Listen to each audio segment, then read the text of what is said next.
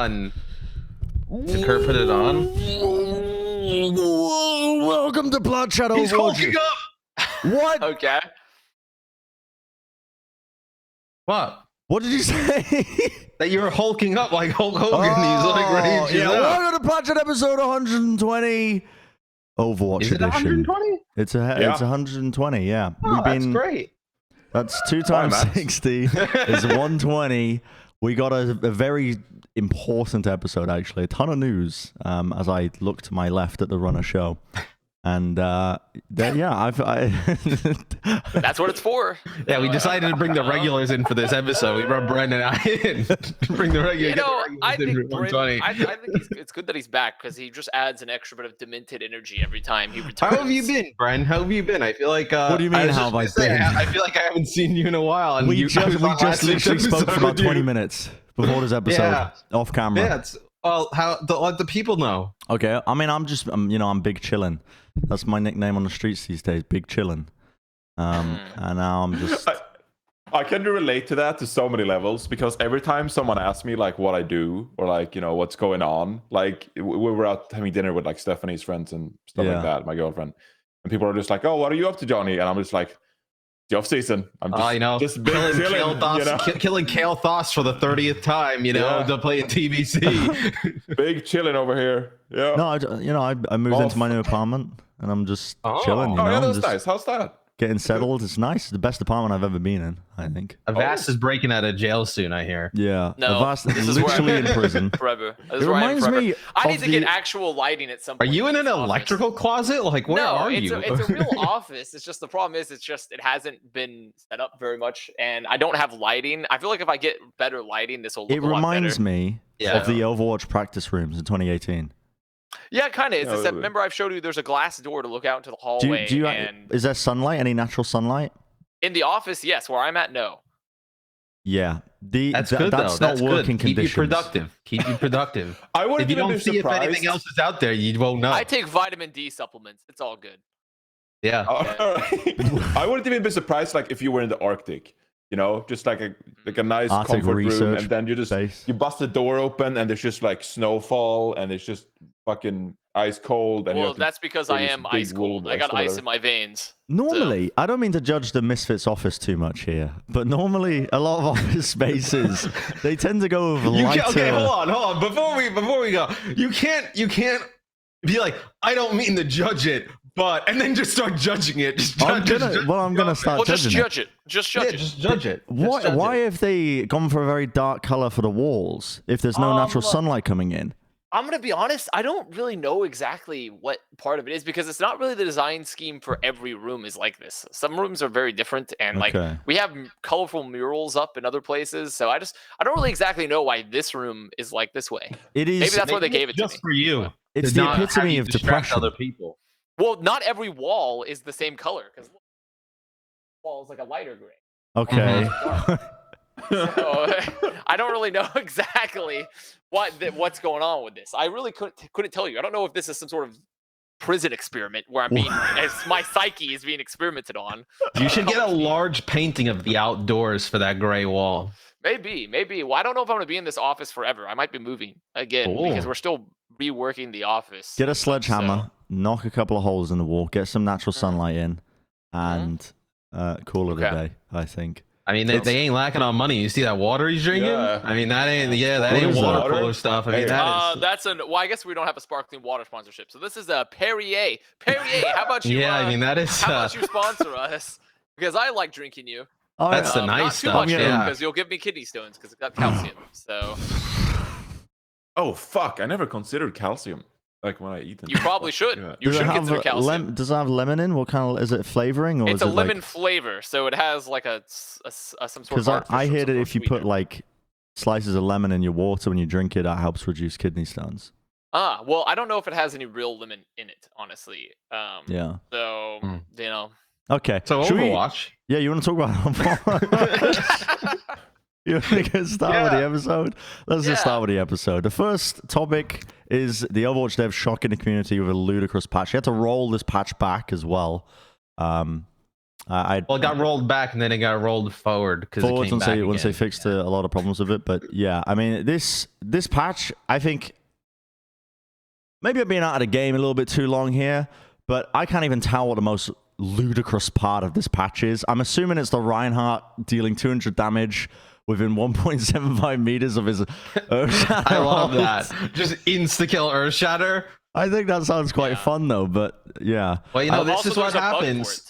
This is what happens when the experimental goes live and people are like, yeah, put it in comp. This would be great, you know? On God, though. Talk shit, get hit, If they put all the changes in, it would have been good. We can't hear Johnny. I think he just tried to say something, but he's probably like... he's probably like, hey, disregard my opinion. I don't really know much. That's kind of what he was probably trying Johnny's to say. saying he doesn't have much to say. Oh, Johnny. He's pissed. This is going well. The Moira. There you go. Oh, yeah. I was gonna say there was no experimental patch, Matt.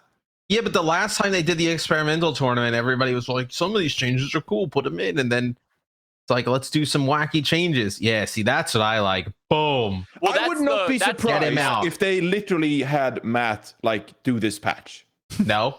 Like, this is right up Matt's alley. Why? This is like, he would bust in there in the if I was able to do a patch, it would be wilder than this. What are people taking issue with in the patch? Well, I mean, mostly it was the bugs, which are the Hanzo one was fixed because there was the Hanzo bug where you could just gap people through the shield with the arrows, which is that should have stayed. They rolled it back. Also, there's still, I don't know if they patched it yet, but there was like, we just saw the super clip where the Earth Shatter can go up and over objects and hit people now.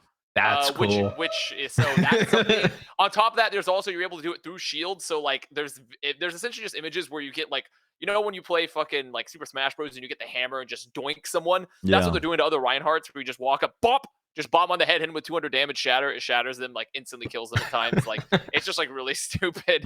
I don't know if they fixed that yet. But I think by far the biggest thing that don't like besides Zero Shatter though is Moira Fade. Moira Fade has been changed again, where now you can use it to access high ground as Moira. So you've given Moira more mobility than she used to have. So it just depends on what your stance on is with that. I actually don't. I don't actually hate the Moira change that much. Like they're just trying to make her fun in some capacity. I think probably the one that's like you can't just keep buffing McCree without like, you know, taking a Cassidy without him taking him down a notch. Like, you know, he's what is the next one? He's going to be at 300 HP, a little roll in the air, you know, dipping and diving. I mean, he's got to take a notch down. Maybe seeing how far they can push him before like he really just like breaks everything. But for me, the McCree one is seeing that not come with some kind of health change is a little odd. Are we gonna pick one each? Am I gonna go with the Hanzo Ricochet? Yeah. But I mean, people have been asking for Ricochet back. Some people have at least for a while. In fact, if anything, because this just combines the Storm Arrow also ricochets. So that is pretty fucking good, I'll say. That's I think it's an interesting change. I think it's cool. And it's not over the top, you know, but if I see people start just like spamming storm arrows, like setting up on Gibraltar or some shit, and just like you start killing people, I mean, I get the frustration, but it's pretty cool. In an odd way, am I on the group if I say like I'm actually okay with this type of patch as opposed to like the ones that we get where like what we usually show it on the screen, we discuss it for like, you know, 10 seconds. We're like, yeah, nothing will really change. Let's move on. Like, at least we have different opinions on it, and you know, it's kind of added some crazy shit. I mean, maybe conspiracy theory. Okay, I've been cooking this one up for a while. I watched a video on a conspiracy theory where there's people that believe that birds aren't real. I think that's a joke, but I know I think it was the same video. I may have also watched the same video, and the guy I don't know why people would actually. The guy somehow gets onto news stations and then just acts incredible. Like he gets on pretending to be a guy who doesn't believe in birds, and he's got like fucking chickens in the background, and it's like a meme. Yeah, and he's incredibly nervous on camera, and I've seen a video, and he like takes a sip and he just throws them on camera on live on TV. Anyway, my conspiracy theory is not related to birds. It's related to the patches. I've been cooking up this idea for a while. Yeah. Where, dude, what if the Overwatch 2 release is happening before our very eyes?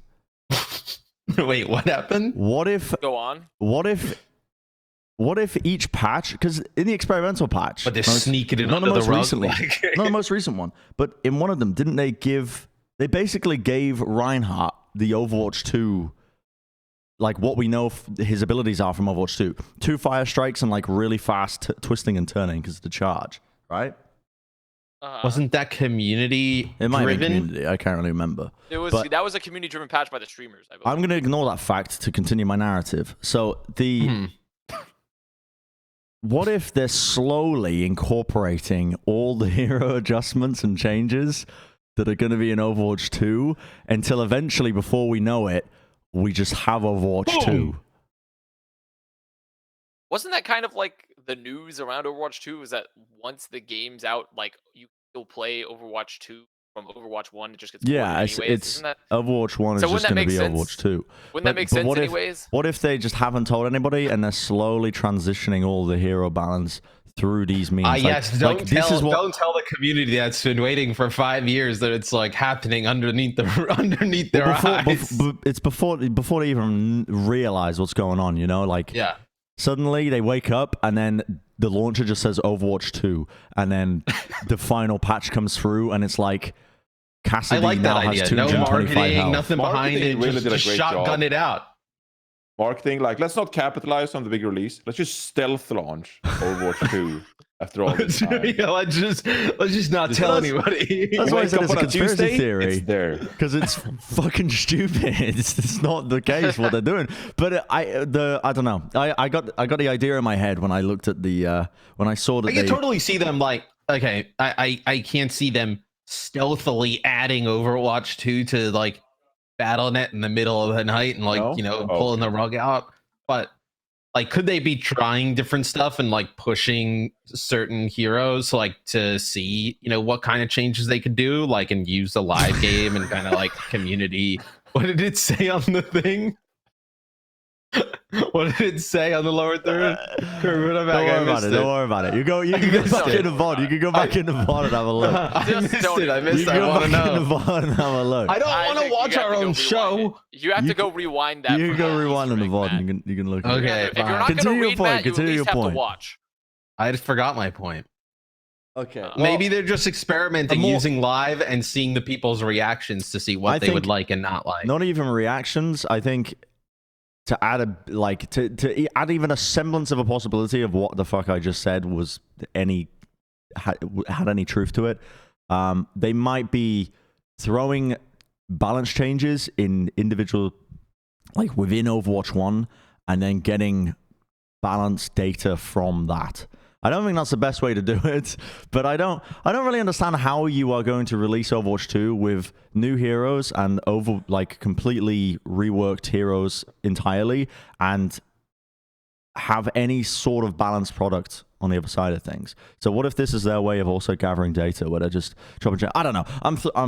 It's stupid. Throwing shit at the wall. I think really throwing shit at the wall. There's also another part, like when we have these balance changes, is that like, obviously, from the people that we follow on Twitter and like are in the Discords with and content creators, like we get a lot of their reactions. There are so many people who play this game who we have no idea like what their kind of opinion is, and like I have no idea what like play rate data is at other levels or quick play, console, whatever. That like maybe there's some kind of like where Cassidy isn't strong at levels, or maybe they're trying to get more people interested in playing the hero. Like, if they add more mobility to these heroes and they see play rate go up, does that inherently tell you that like people just gravitate towards heroes who have like good mobility and fluid combat more than some others? Like, maybe there's like tests that they can do like that. Well, let's move on to, I mean, it's the same topic, but it's kind of a related question here. Do the crazy patches actually make the game more interesting? Because off of your point there, Matt, where you're saying, oh, they're probably gathering feedback from individuals about it, and does more mobility make it fun? It might do. Like, it might make more and more fun, but I don't think it's a good thing for the game, where you are slowly kind of developing this power creep where each hero now is getting more mobility to try and catch up with the other heroes that already have mobility and to try and put them on even playing fields, even though Moira is particularly good at what she does, which is one specified thing, mass healing in AoE. They're trying to like now they're trying to generalize heroes from what I can see from this. They're trying to generalize heroes in the case of Moira, where they're adding mobility to her so she can access high ground. It was always one of the weakest parts of her kit, was that she couldn't access high ground easily. And by making this change, you're generalizing the heroes. You're kind of removing the speciality from them. So my conspiracy theory is that they just are we a conspiracy theory podcast now? Johnny's gonna be like, birds were replaced by drones. I think there's like room for us, in that section, like I think it's prime for the taking if we just want to grab it. No, but for real, I think Overwatch conspiracy theory, there's room for us? Yeah, maybe. Okay. I mean, I think that the audience is on the brink of diving into that at some point if they don't care Overwatch 2 news. That's fair. So why don't we just push the audience there? No, but so I think they just looked at the feedback from the content experimental patch, where like there was a bunch of crazy shit like this going on, and maybe they were just like, oh, people really like that because that was just like craziness. It was absolute tomfoolery for like a week straight, and like people loved it.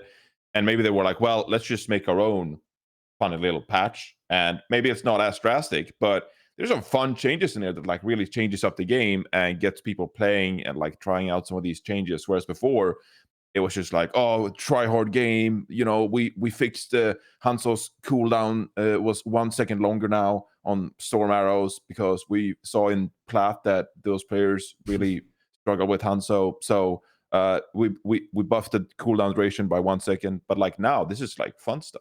Like this is combat roll can now roll in the air, jump higher with Moira.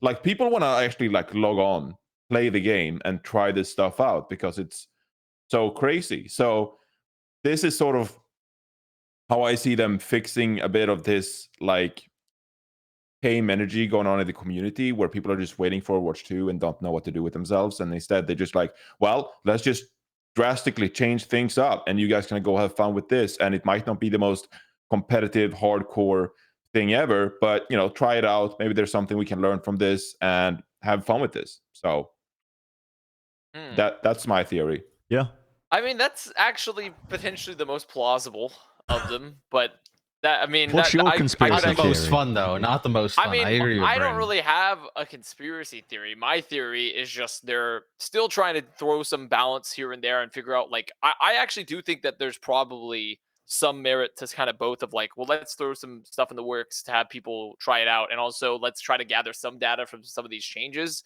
But I think they're just throwing stuff at the wall and seeing what they can change, what they can't change, and just gathering more data before going into Overwatch 2 here. Because like there are some things that are pretty interesting actually. Like it makes sense within a balanced perspective, like the wrecking ball change, which is some people said, when you look at it, you're like, oh, that's kind of minor, but it's actually pretty big.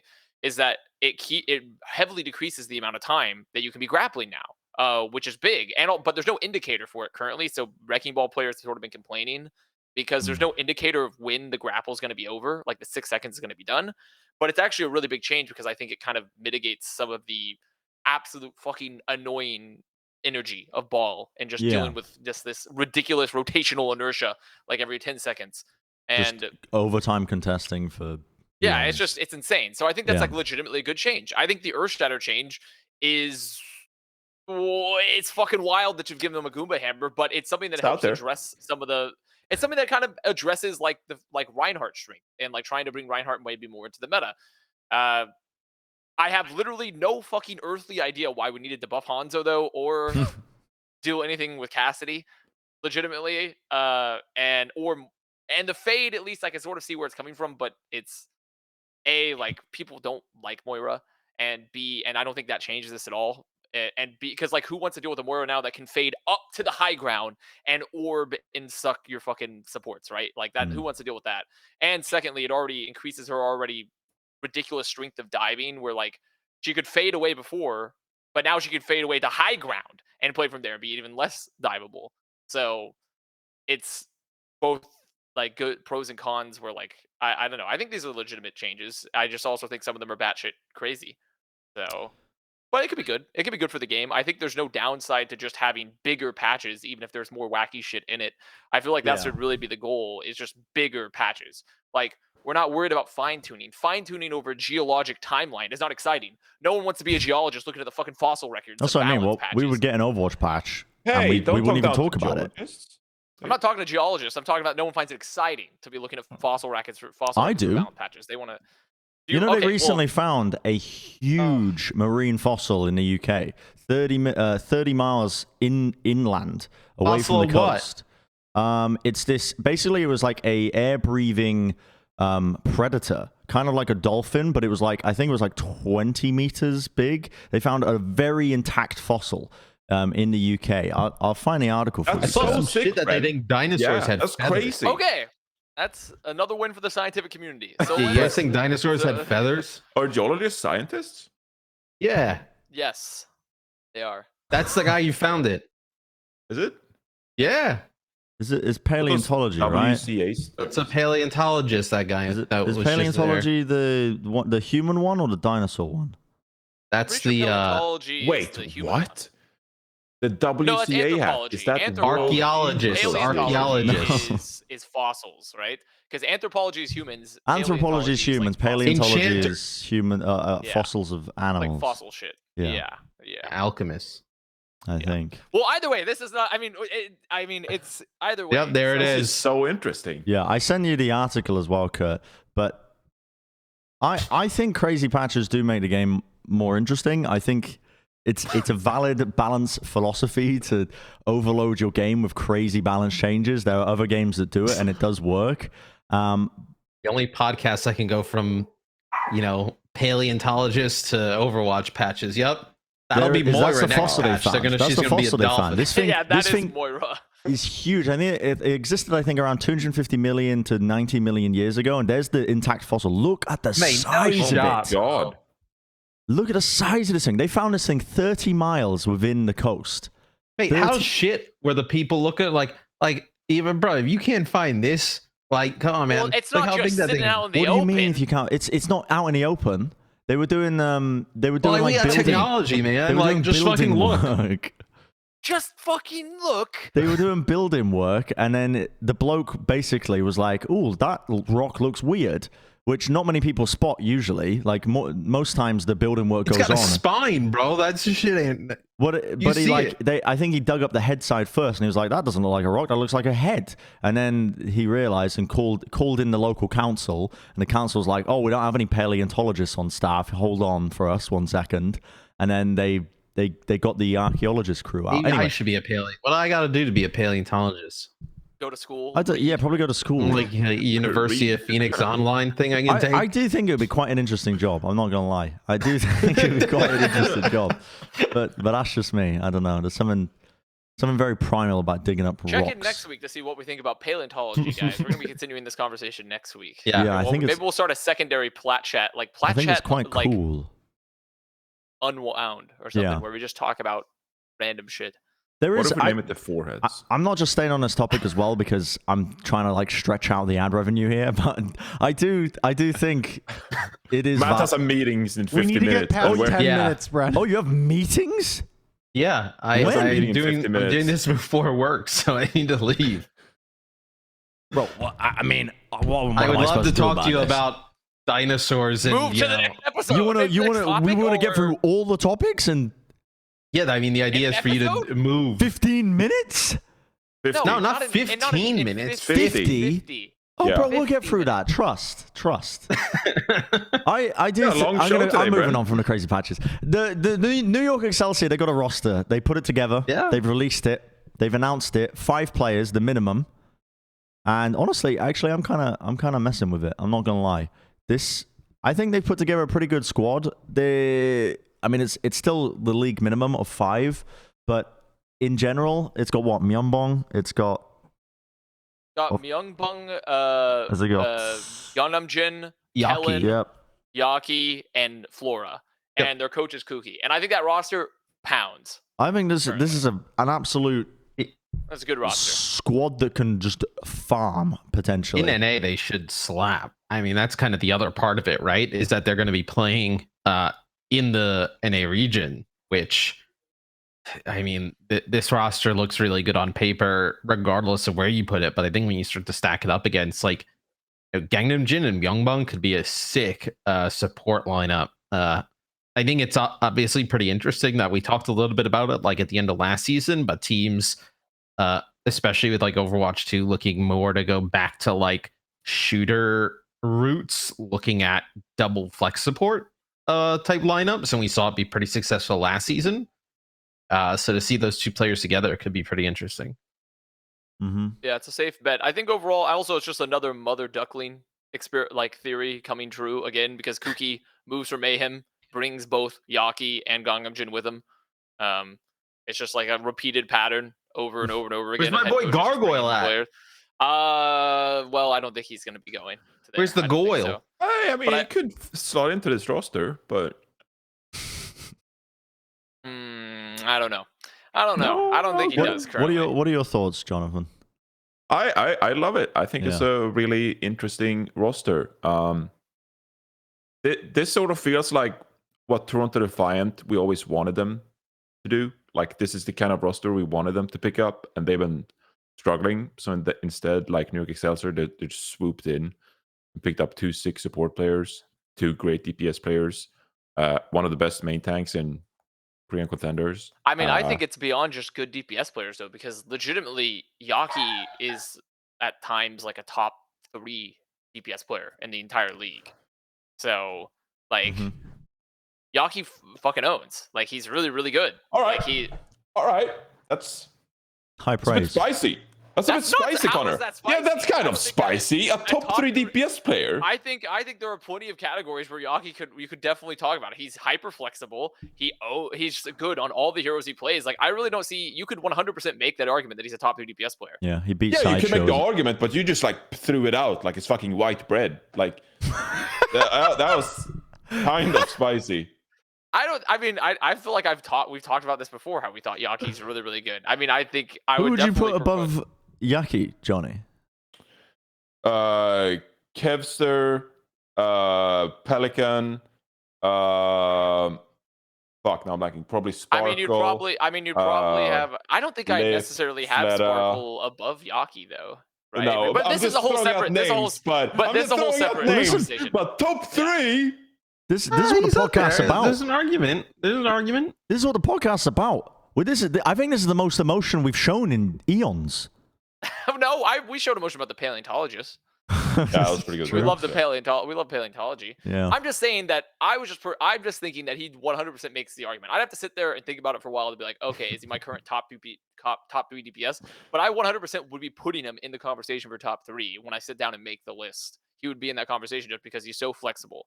Because when you take, for example, like players like Sparkle is not that flexible. He actually has gotten a lot more flexible. His Tracer did get a lot better, so he did get more flexible. But Yaki's Tracer is still eons better than his, and his flex heroes are all terrible. The only thing that Sparkle 100% beats him out on is things like Doom, and I guess Doom and probably like maybe Genji. Yeah, but it's definitely you. Doom. Like, he definitely is 100% better than Doom, but I don't think Sparkle is categorically better at him than any other heroes. And I'd probably want Yaki over Tracer. Sparkle. I agree with you. Yeah, like Yaki is really, really fucking good. We've kind of forgotten how good Yaki is because Mayhem was such a dumpster fire last year. And Flora also, when you look at that, Flora was really good in APAC last year. So I think their DPS line is really good too. If not the best player on New York. And the only person I'm kind of worried about is, like, does Gangnam Jin, Myeongbong, does Gangnam Jin return to form? Because he kind of had like a meh last year, but if your team's really bad, it's whatever. Myeongbong also had a meh last year. So both their flex supports are really good players that didn't have great previous years, but that's likely because of their teams not being that good. And I don't think we've seen either of them play too much Brigida currently. And they don't have a main support, but that's not really a huge issue. There's more roster space. And, like, I'm not too worried about teams not having main supports because I think you can pick it up. And Kellen is also unproven in the Overwatch League level.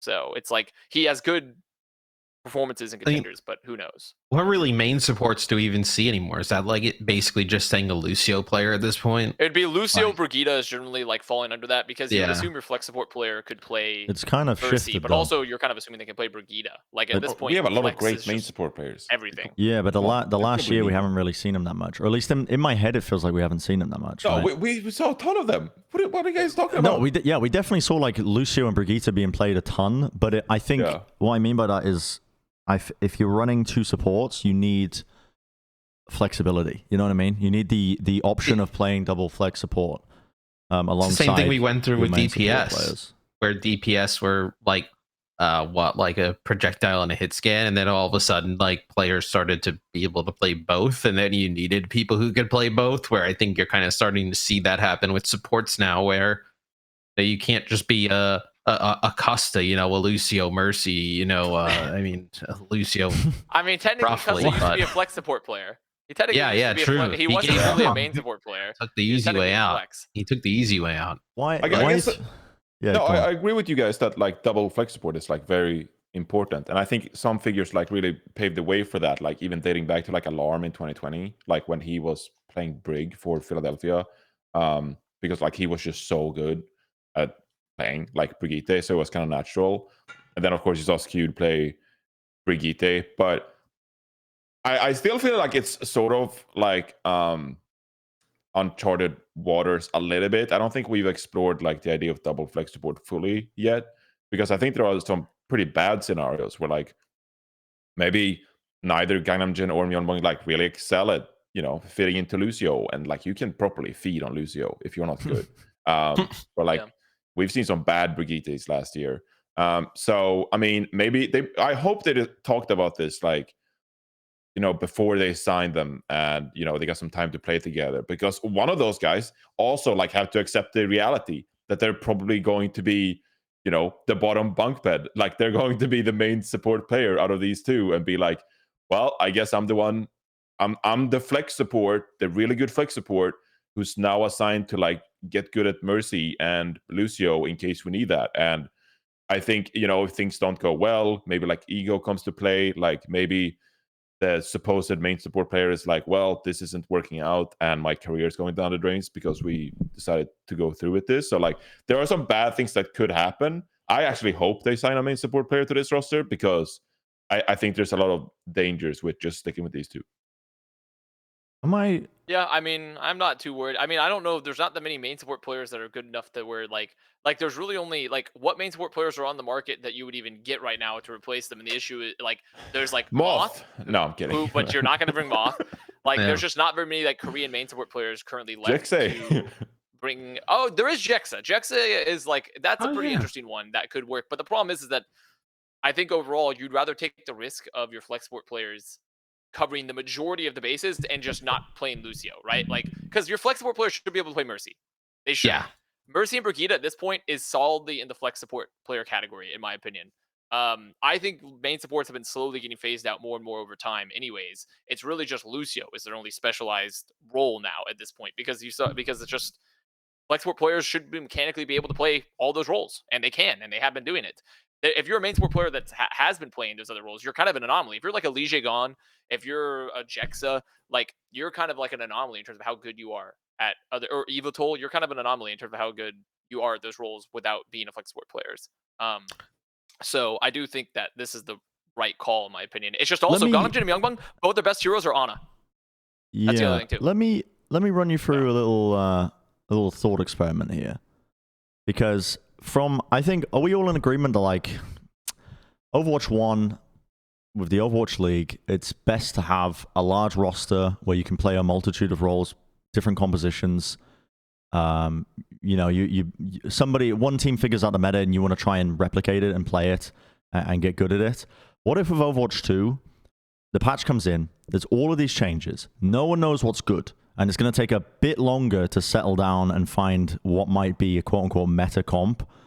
What if like these smaller rosters where you put together 5 players, the league minimum now is 6, right? So they'll need a 6 at some point, but it was just 5 by January the 3rd. So they've got a tight-knit group of players that they get along, they'll play what they're comfortable with, but the argument I'm trying to get to here is that maybe with Overwatch 2, you can play comfort roles. You can play compositions where you're literally all on your comfort picks and you'll still see success. That could be a world that we're living in here as well for just at least the beginning period. And then maybe it will get to a point where the balance will settle and there will be like a meta comp. But do you think that could be the case, or do you think that people are too smart now? People have learned how to figure out the game a little bit too quickly. It's not going to be like at the beginning of Overwatch 1 when people didn't know what was strong. I think it'll definitely take people some time to figure it out. Like, you're also adding a completely like new game mode, right? With push in the mix. You're getting rid of assault, right? Do maps, hero changes. Like, I think it's going to take a bit, but I think the smaller rosters that build around every player at every position has crazy flexibility where you're not going to get like burned in some type of situation, because I think the teams that are going to be playing a revolving door of substitutions with all of these new things added are going to be, it's going to be way harder to figure that out, I think, than having 5 really flexible players. Like, sure, maybe Youngbung not be the best Lucio, sure, but like, you have a consistent team that's in all of the time and everybody can make every swap in game that you would need. Yeah, I mean, I could definitely see that. I definitely feel like we're just going to be in an unsolved game. But baseline, I think big rosters as well was also not the play in Overwatch 1 either, in my opinion, actually. I think it was an experiment that we did for the first season of Overwatch, and then we quickly learned that it's disastrous because you can't manage the egos and the play time. It did work if you had good structure behind them, but I think it's way less risky to get a smaller roster and have everybody get along. Yeah. And I mean, what examples of a big roster even worked besides Seoul Dynasty 1 season? Shock? Season 2. Doesn't Season 2 Shock just play the same players the entire time? Seoul had an alright season. Because it was GOATs? Season 2, yeah, they did. They literally just played the same roster the whole time. Season 3 then. Season 3. Season 3 Shock still was the same players for most of the time, except for one stage where like Ryan was really good. You had Twilight in, right? I think Twilight in, you had Smurf in. No, you're thinking of last year. No, Twilight season 3. They had a big roster.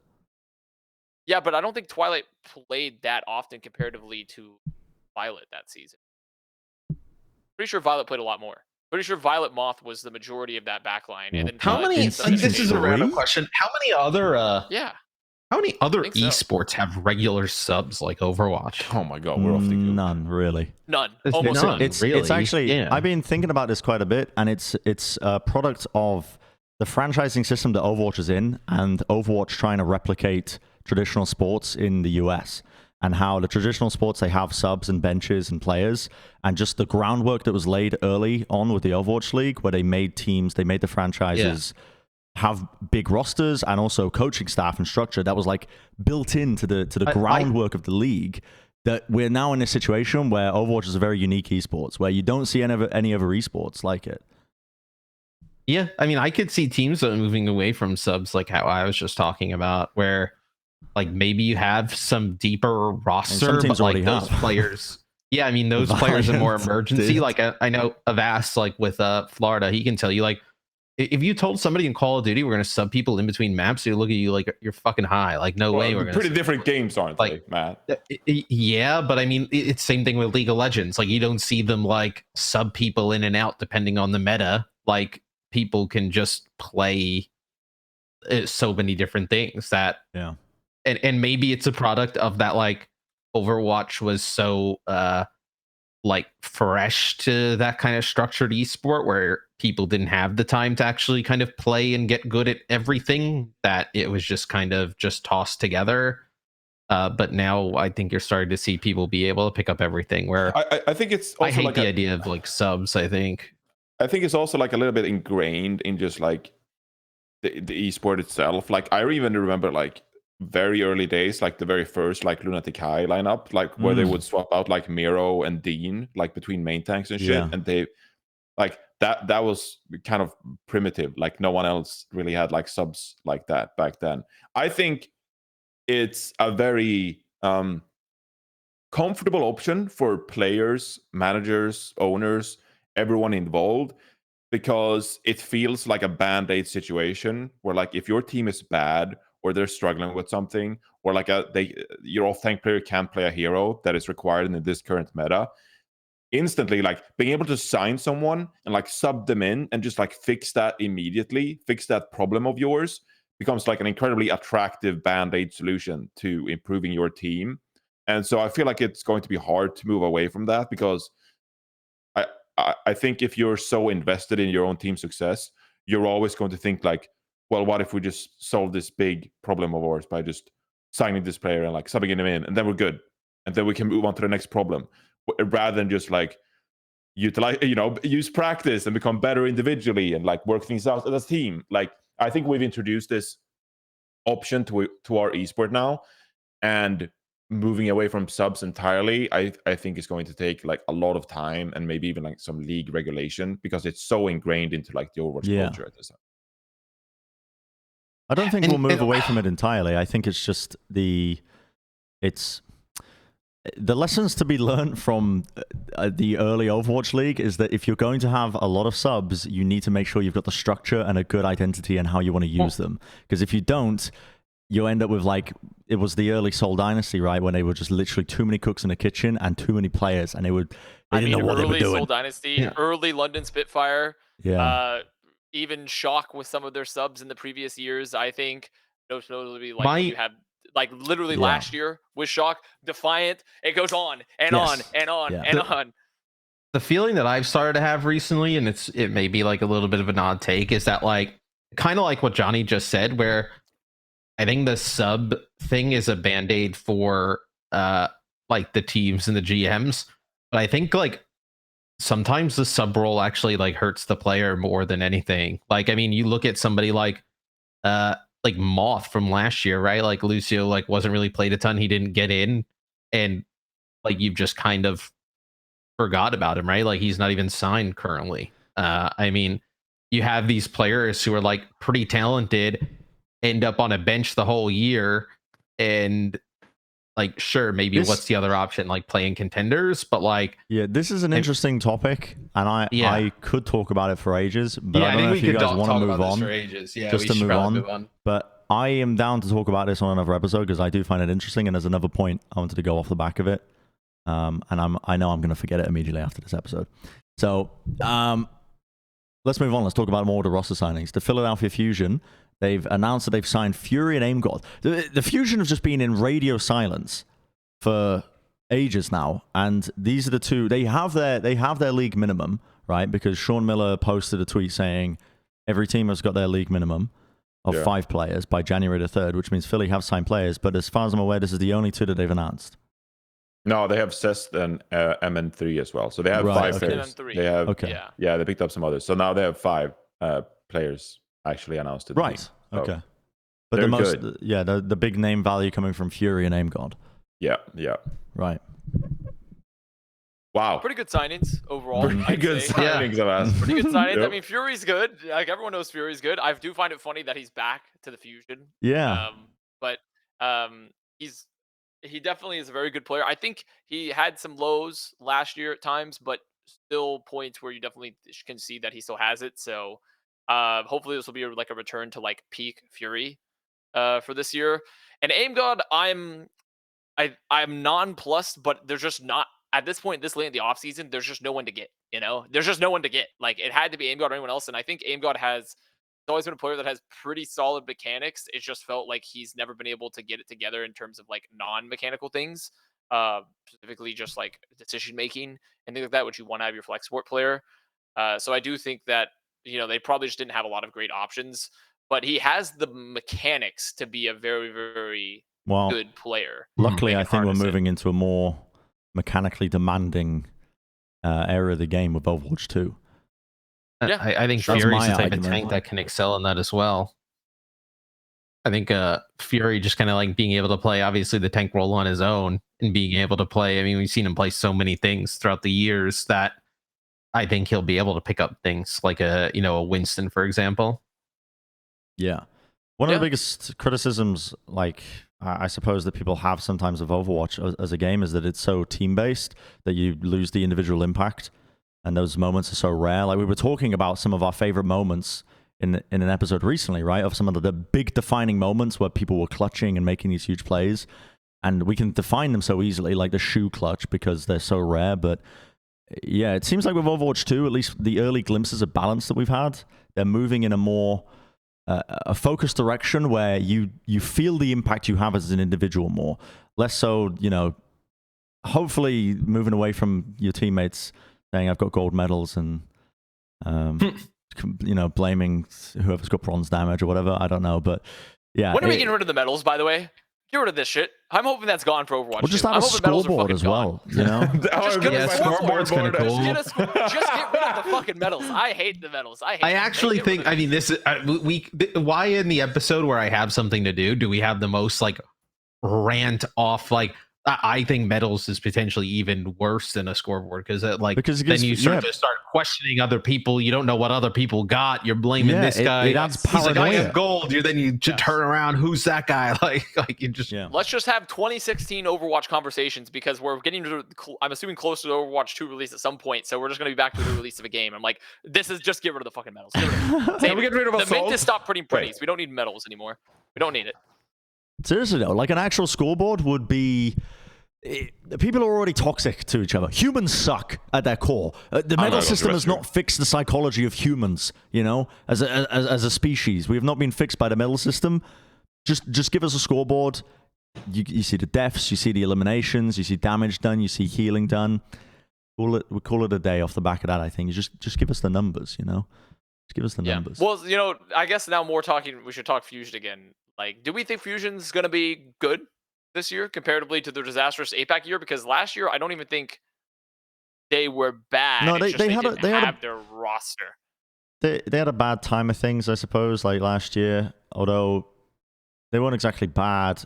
My memory is hazy with this, but it was last year. Was it 2020, 2021? Was it last year where they had all these visa issues, or 2020? Yes, because they moved to APAC. They weren't in APAC before.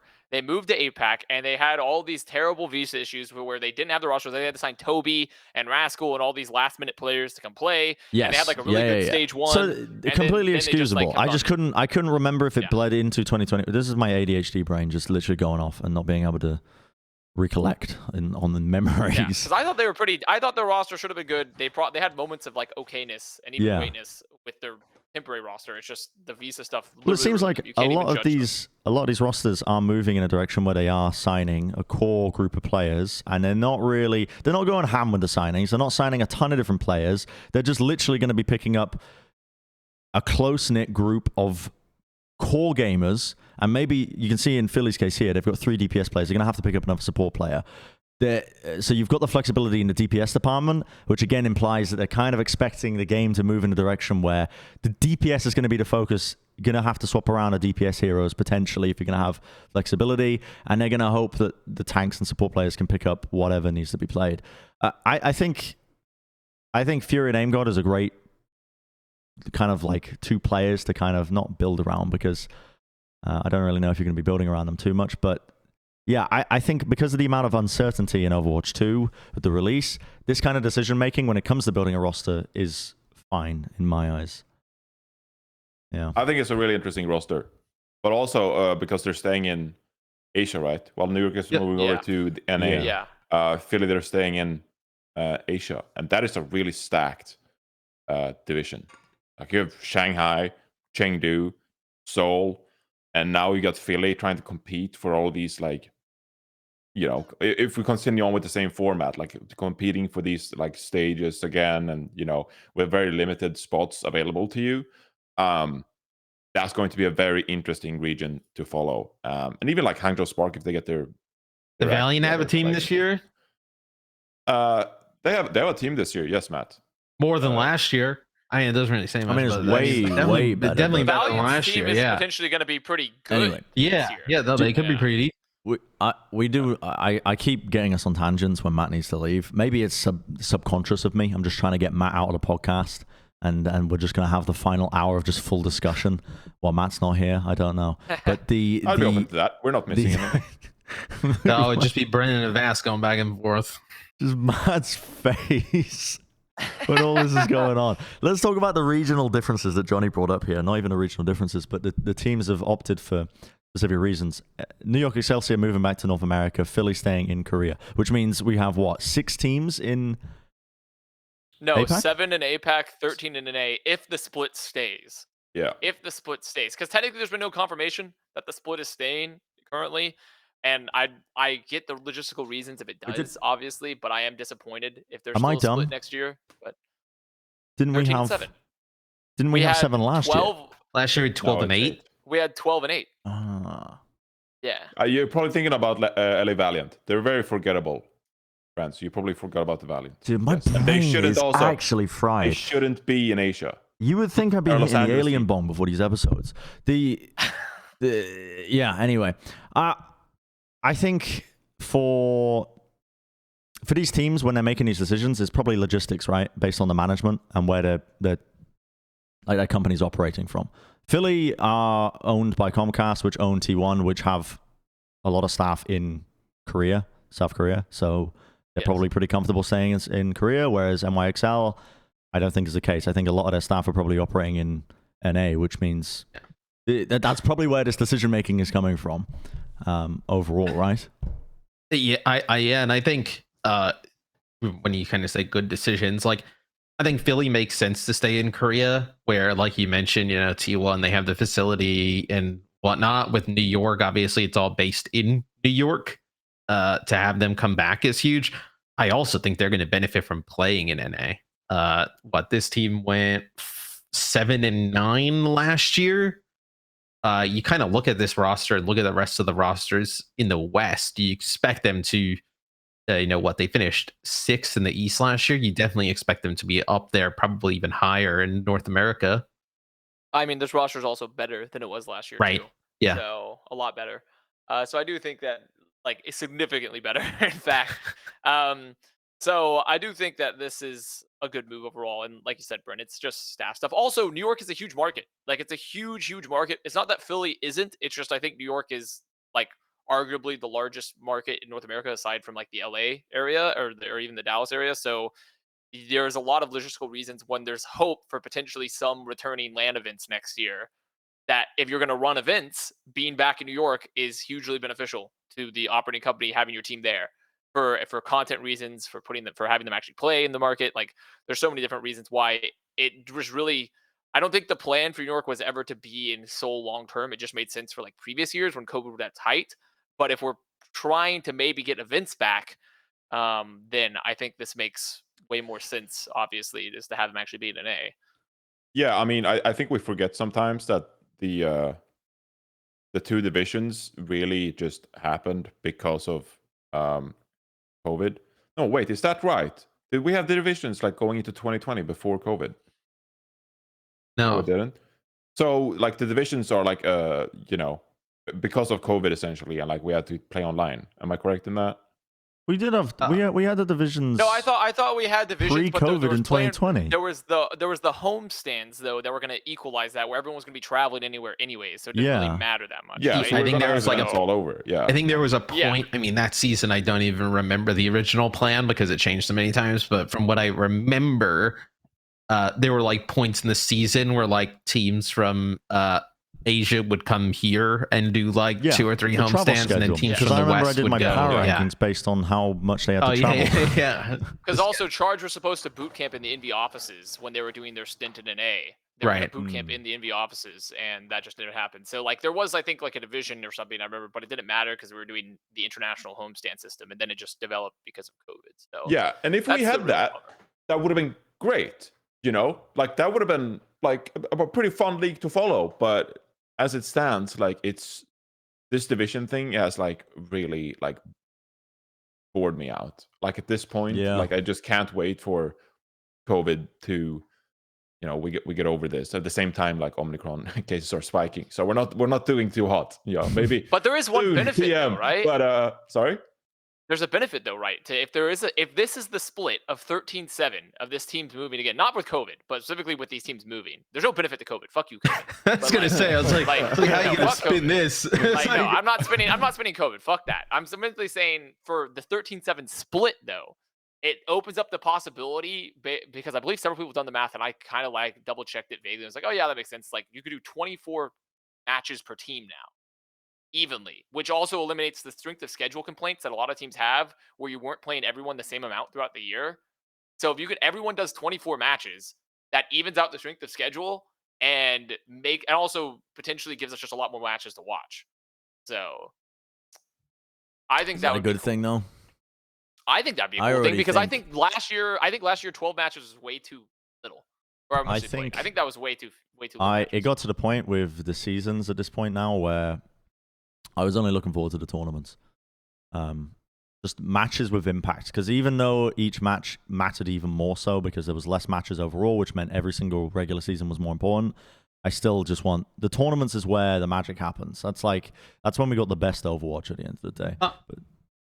I also think as well, though, I mean, you guys remember, like, earlier seasons, like, what it was like when we got like a new hero in the middle of a stage or, you know, like some type of thing like that. Like Overwatch 2 with all the new stuff should definitely make those regular season matches more interesting, as opposed to, you know, 6v6 Lijiang Tower with no new heroes for like a while and no new like game changes, right? Where hopefully it keeps those matches fresh, because I try and think back to like when we got Batista and Brig and like all these like different changes, like Sigma, like it definitely made those matches like way more exciting, like coming into those, because there's like big meta shifts and whatnot, and we have not had that in a very long time. With I think 5v5 alone just throws a huge wrench into shit that'll make things interesting. Okay. Yeah, I mean, I think the goal would be to hopefully have more tournaments and live events in general, but I'm just saying that there's a possibility where a lot of teams did not enjoy the strength of schedule, and I felt like 12 matches was too few, even though I'd prefer, like, sure, we can just remove everything, make it all a tournament system, right? Like, I'd be fine with that necessarily, but then we get into like a VCT type of situation, right, Bren, where like you have 8 qualifiers for the main tournament. That's not ideal, but even so there has to be like a middle ground, right? Sure. Yeah. I mean, the way I see it is tournament systems, and then you have if you make it deep enough into the tournaments, then you automatically get buys where you don't have to play. Anyway, whatever. We could talk about that for ages, but I'm not going to, because I'd be boring most of you. We can talk about more roster changes, though. The Vancouver Titans announcing 2 of their players, actually. Skairipa and Seicoe. I'm probably pronouncing both of their names incorrectly. It's the effort that matters, though. Yeah. What is the Vancouver Titans wholesale roster looking like right now? The wholesale roster is at tank, False, at support, Masa, Aztec, Skairipa, and then your DPS are Aspire, Shockwave, and Seicoe. So you got Aspire and Shockwave as sort of like your DPS building blocks, or DPS like hit scan kind of players, and then Seicoe can play some projectile to change things in. So it's a roster, you know. It's a roster. We saw Aspire tear it up last year, and obviously Shockwave is very talented. Like, I think Aztec is also underrated. A ton of him. Yeah, I think Aztec is good. I think Masa, with kind of like his leadership and experience, could be good for the younger players. Like, this is the Masa most was also legitimately just good last year. Yeah. Well, so who's coaching this team? It's the same coaching staff. Yeah. So it's Flubby. Flubby. Yeah.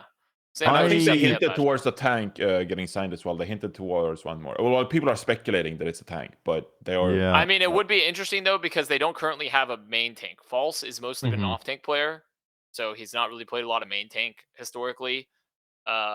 So, I mean, but besides that, their roster technically doesn't have huge holes. It has a tracer player, it has hit scan, it does have a projectile player now that you have Seicoe, but I don't know. I think overall that you can't look at this roster and not be like more excited. If you are one of the 10 Titans fans remaining, you are like, holy shit, this is a way better roster than it was last year. This team will, they better watch what they do with breadsticks. This team will get a few breadsticks this year.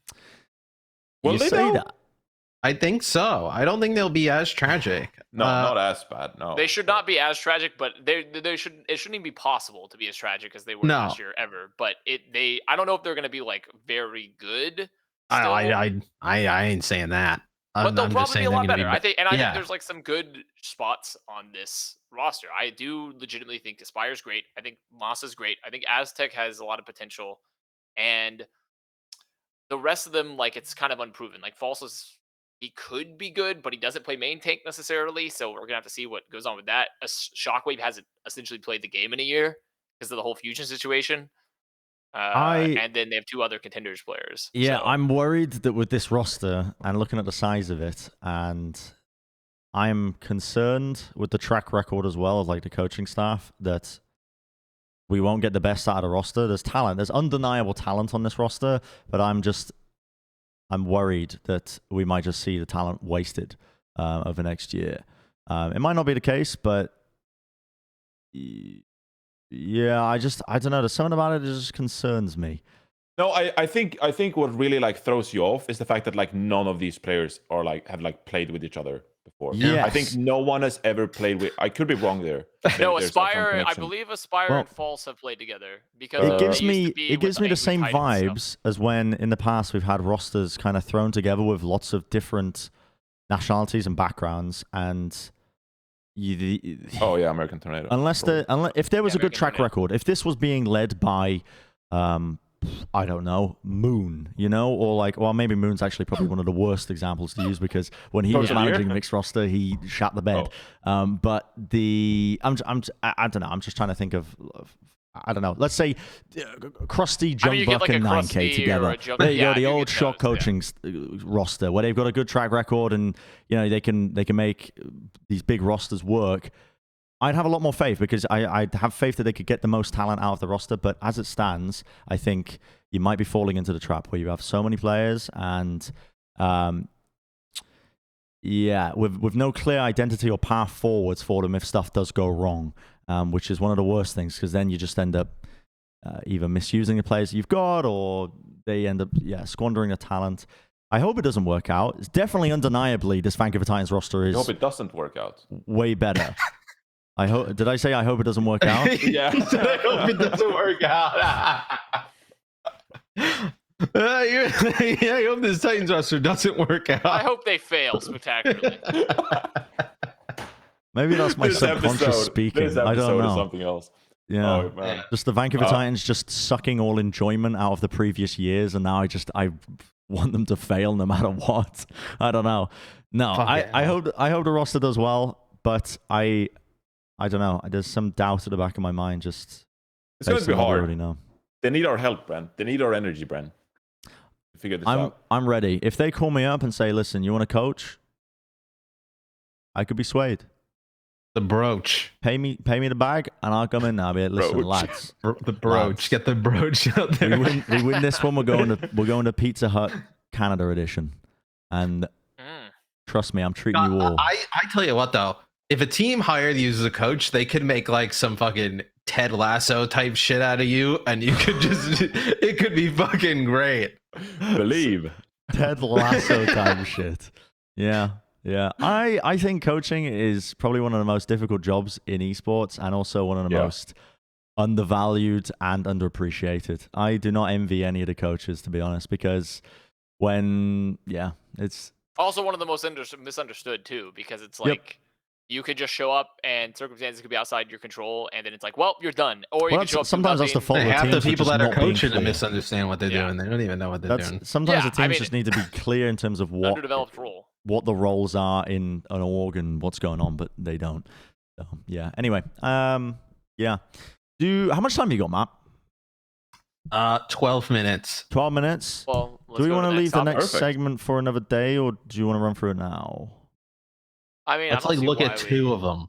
Yeah, Johnny did a tweet. With 12 minutes. Oh, come on, it'll go quick. For 12 minutes? Yeah, no, sure. I just didn't know if you wanted to go quick. push it for another day, but that's fine. Also, Bren's got a business meeting. Bren's got a business I don't have a business meeting. meeting. I don't have a business meeting. Johnny, you posted a little tweet. You're asking people to post the Overwatch haikus. Yeah, I was just really bored, and so I was just because I actually was drinking this. Yep. Green tea. Yeah. Not sponsored by that people either. What No. is that? And they had a little like haikus at the bottom of the bottle, like submitted. What does that one say? This one says, "Midnight basketball." Mm. No, it Clang doesn't. of a netless rim under crescent moon. I want to play Damn, some that's basketball deep. soon. And it was submitted by Neil. Neil Whitman submitted this one. Wow. Shout out to Neil Whitman, Yeah, there you go. And Shout so out I was to just really bored. And I Jackson. was just Jackson Hole, Wyoming. Thanks, Jackson Hole. Do we? So are we voting to see what the best one is right now? so I need you guys to help me essentially because I was bored and I was like, I'll give $20 Blizzard bucks to the person who makes the best. Whoa, haiku. And so I need your help to pick a winner who's receiving these. that's a whole WoW token. I liked your haiku. Really? Queuing into ranked Ryujin no Ken wo I don't know how to Rise. fucking say that. Rise, I'm assuming. Fucking Genji mains. Yeah, that one's pretty good. Yeah, All right. but he can't Do I win his own Do I thing. get the money? You should No. just keep we've the seen money one. and we. We've seen a single Oh, haiku. I need to see right. more. No, I'm getting ahead of myself. did people just respond with them? Oh yeah, I got tons of submissions and really good ones as well. The egg is molding. Takes so hot they melt the sun. The egg is molding. Yeah, you gotta Takes count it out, so right? hot The they egg melt is the sun. molding. Yeah. Is it Takes 7 so syllables? hot, they melt the sun. Takes so hot they melt the sun. That's 7. Does it need to be 8? No, 575. Is it 575? Okay. Yeah. A normal Plat Chat. It works. Yeah. They can count. Yeah. It does that work. works. It is a haiku, technically. It is a haiku. I don't like That the picture image of that Josh accompanies is so this. weird. Why not? Yeah. I like this. Don't like the That's image so that odd. accompanies it. He looks like a Lazy Town villain or something. So Well, he's got the Kubrick stare going on with the smile and the grin. I like this one. man. This Yeah. one's fun. I think though I think Johnny so far is a little bit better though, but I do like this one. Nice. It's got a good visual accompaniment. It does make sense as well. Do we have another one as well? We have a ton. Time to play some ranked. Maybe I'll have fun this time. Double shield again. Double shield again. Does the last one not qualify? Oh, it doesn't? No, it does. The last one qualifies. This, okay. I think this one does. Double shield. No, Shield double is a one syllable. Shield's 1 syllable. Okay, Paddock, you're fired. You Damn. fired. Dude, Paddock, you're syllables are fired. hard. I'm not gonna lie, syllables are hard. Honestly. He They're plays a warlock, can do They are. haikus. Double I mean, it's shield tough. again. Shield. Are you sure? Is it 1 syllable? Shield. 2? Shield. Shield. Shield? You wouldn't say shield. You don't. I say shield. Guys, can we play double shield? This is my master's rank up game, please. Double shield. Shield. Okay, no, it's 1 Shield. syllable. It's 1 syllable. What? It's 1 syllable. Okay, Yeah, okay, one. okay. Yeah. I don't think we have to count every single one because that math's gonna No, miss we us have to reading, check but it. We have to be like, we have to regulate this. Well, Okay? let's we just can't have check the haikus winner. going out unregulated. Let's just You have check to the be winner, fact no? check. What is I this? know why we lose. Oh, it's so good. Everyone Yes! still have regret. Kill mistakes. Fury.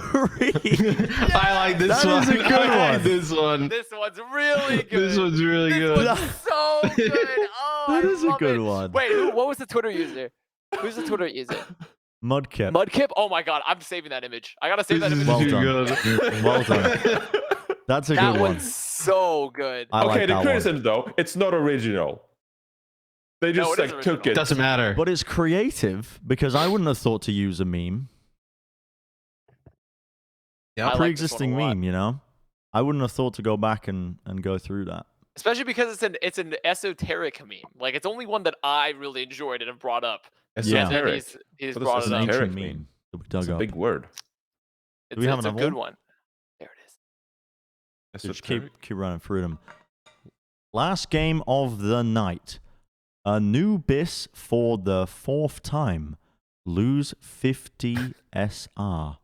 Isn't too real. You lose 50 SR for your last game. I mean, because you leave or play the cable. Maybe. Yeah, I guess so. Yeah. But also, it's just supposed to be kind of funny. It's not supposed to be necessarily totally factual. It's just. I needed to be factual, otherwise you're not getting the credits. Okay. Okay. Sure. It's not even my. It's not my credits to hand out. I have no power here. Don't listen. Isn't that like shitty? Aren't haikus it's supposed to have like some mystery or like perceived imagery with them? They're not supposed to be like factual and straightforward. I've already picked my winner, so I can't even. I've already picked. All right. I remember in himself. I remember in year 3 we had to make haikus. I was in year 3. I was like 8. We were I thought you said year 3 of the Overwatch. When I was in year 3 in school, when I was like 8 years old, 7, 8 years old, I can't remember. I remember we had to do haikus. Johnny is boomed. Johnny. I need to say this right now. The way you are reading the haikus is just making me furious. Why are you reading it like that? Because I'm trying to count the syllables, Kurt, but I can't. Kurt, you read one. Kurt, read this one. Johnny is boomed because of Overwatch 2. This year, I want news. Seeing Bren just do like finger math. Okay, Our fact checker that is a haiku. Yeah, fact checkers confirmed. It is a haiku. They have to be confirmed. They have to be weighed and sent out. It's all regulated by the FDA, the haikus, so we have to make sure. I'll regulate it silently from now on. I'll do it silently. We got 5 minutes, Bren. 5 minutes? 5 minutes. Yeah. We gotta go for these quick. Wait, is my name 5 syllables? Yes. It is. Larsson. It is. Ah! That's crazy. Wait, this one's pretty good too. Sure, the audio listeners are appreciating this one. Money though. No. John controls all of the Battle.net bucks. Jonathan for the audio listeners or the people that aren't watching the screen, it says Jonathan Larsson washed main tank extraordinaire. Now he misses Preds. I don't like this one because it makes fun of my friend Jonathan. We all make fun of each other all the time. I don't care. Damn. Yeah, fuck John. He's not winning. On to the next one. Yeah, John just asked me on Slack what Brent's Battle.net is. It's going to be crazy when he tries to log in again. What? I'm going to ban Bren from Overwatch. Ban Bren from Overwatch. I'm going to ban him. Say like. I was feeling actually like playing some Overwatch sometime soon. Well, not anymore. Yeah, I watched you play Breath of the Wild yesterday. I didn't even realize this came from John, actually, as well. But when I was shit talking this, I didn't realize that John came up with this. No, I mean, it's okay. He's not your boss anymore. He's left. He's not the commissioner, so he's just a majorly boss. It's fine. We can just shit talk him now. That's right, John.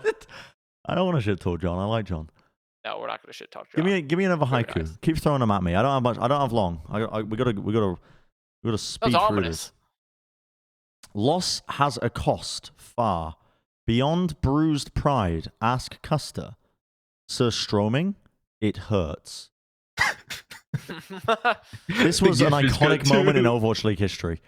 This is what? This is an iconic moment in Overwatch League history. I cannot believe what I was watching. I cannot. The Custer gets angry when I say this, but he is the biggest himbo in the Overwatch League. Like, without fail. People call me a himbo. I don't think I'm as much of a himbo as Custer is. No, I don't understand why he would open it up when Johnny, you were screaming at him in that moment to not open up the canister Stroming, and he just opened it up, and it was pressurized and exploded everywhere. You gotta do for the views, though. For the views. Remember when me and you ate all of that hot sauce and you got sick? We did that strep throat and I was out for a month. Yeah. Was that what caused it? Yes. So, dude, this stuff was hot. They got hot sauce, and for mine, because my kind of role on the desk was like this little the jester, the jokester.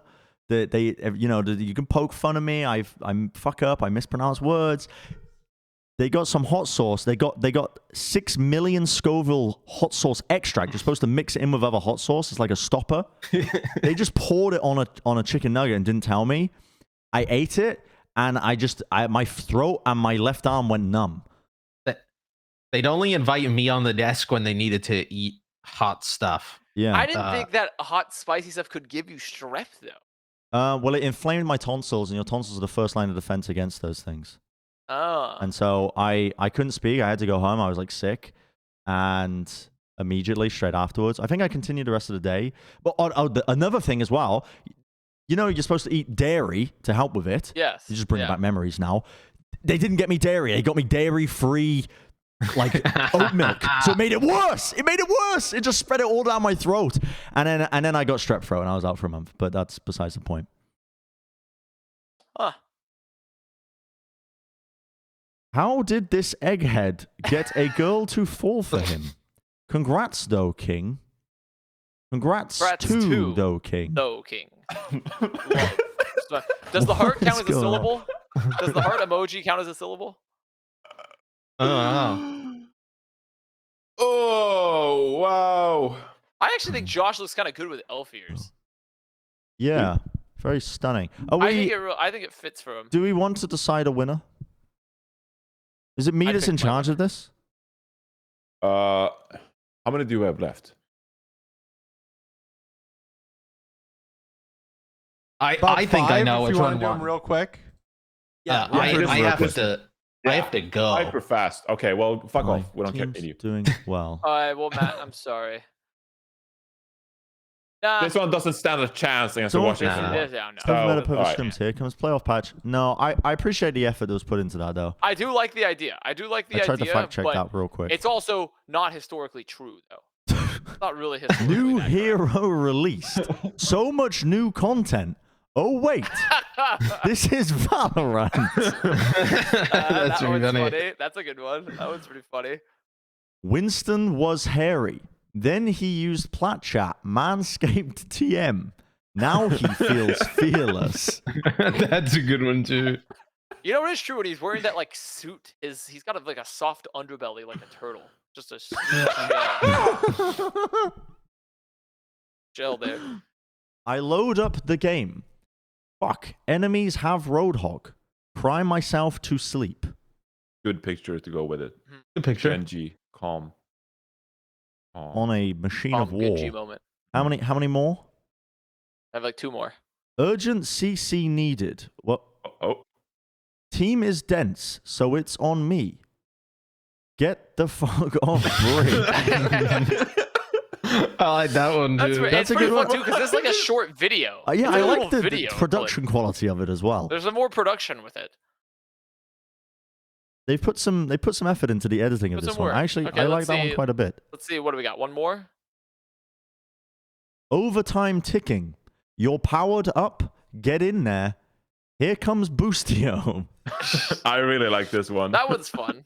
I think it's a fun one. I like also when they put images to accompany it with it. You know, like when you have images, like you put a layer over it, like a little text layer. I asked for that. I've asked because I knew that. We deciding a winner now? Yeah, I just pick one and gets 20 Blizzard bucks. I like the Brig one.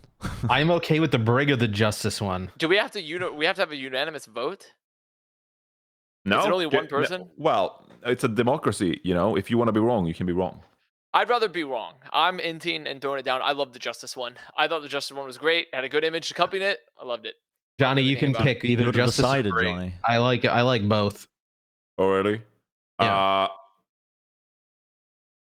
Fuck, I feel like the YouTube comments I kind of like the Brig one. Oh, you do like the Brig one? I think the video, the Brig one's pretty funny. Be a free thinker, Johnny. The get the fuck off Brig is good. It reminds me of like one of those Spooderman memes. You remember those? Yeah. The speak doesn't make sense in the slightest. Wait, it's not a haiku. George? What do you mean? Urgent CC needed. Kurt, can we get the official Kurt word on? Is this a haiku?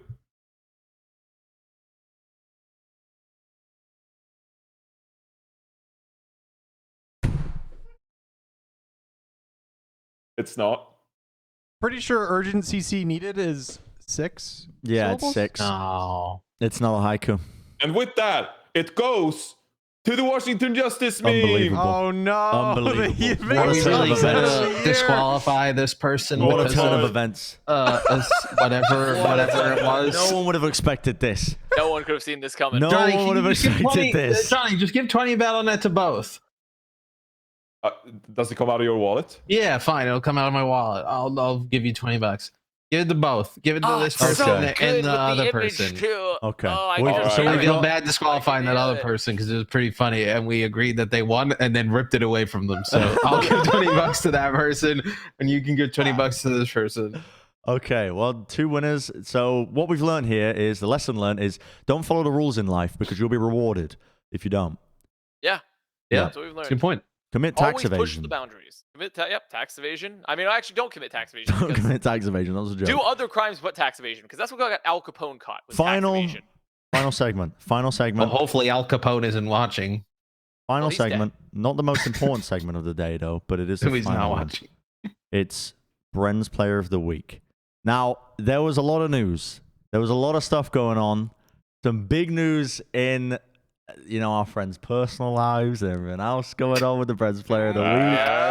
And so I thought, the Bren's Player of the Week this week, it's a lock. It's a wrap, right? I thought, in my head, I'm like, dude, it's got to go to Mitch and Ashley for their engagement.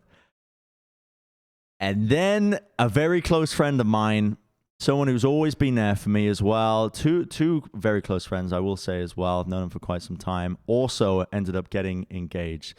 And that would be my friend Ted and Susie back in the UK. They also ended up getting engaged. And then I thought, well, if I can't give it to Mitch and Ashley, I can't give it to Ted and Susie. And then there was Josh and Beth also getting engaged as well. Can you fucking pick? And I thought, God, how am I going to pick this? How am I going to pick this? So what I've decided is it's going to go to everyone who's gotten engaged in the last week. Everyone. Yeah, everyone who's gotten engaged. Look at Everyone this, who's Beth gotten and engaged. Josh. Yeah, but then I thought, if it goes to everybody who's getting engaged in the last week, then that's leaving out people who might get engaged in the future and also people who have already gotten married. So What? I'm going to give it to anybody who's ever gotten married or anybody who will get married in the future. Matt. I guess So there it Matt is I also going to qualify. be included in this.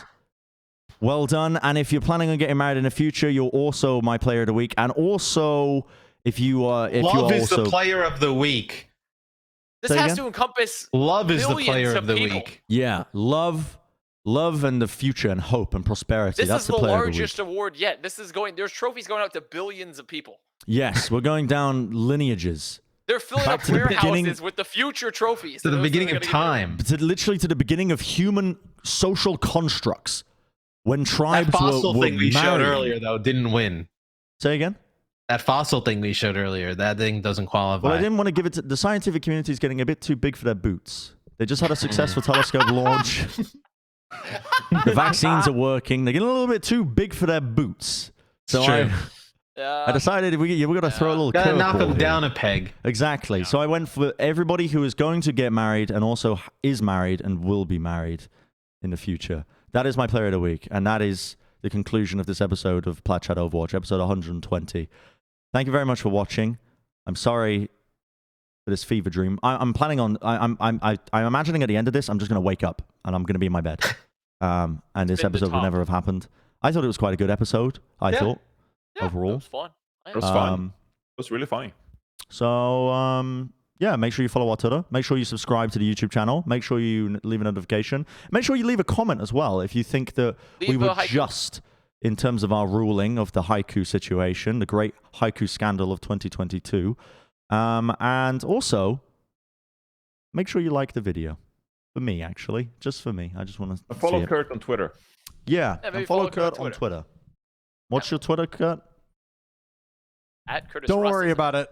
Okay, All don't right. worry about it. Thanks All for right. watching. Congrats to Kurt's like, everybody we're that got out. married. Yeah, congrats yeah. to That will everyone get getting married. married, including Mitch and Ashley, Josh and Beth. Engagement. And also if you are married right now, which includes Matt, or if you're getting married. Oh, and of course Custer and Sab as well. I think they already got one of my. Anyway, whatever. Anyway, thanks for watching. See ya. Goodbye. Bye bye.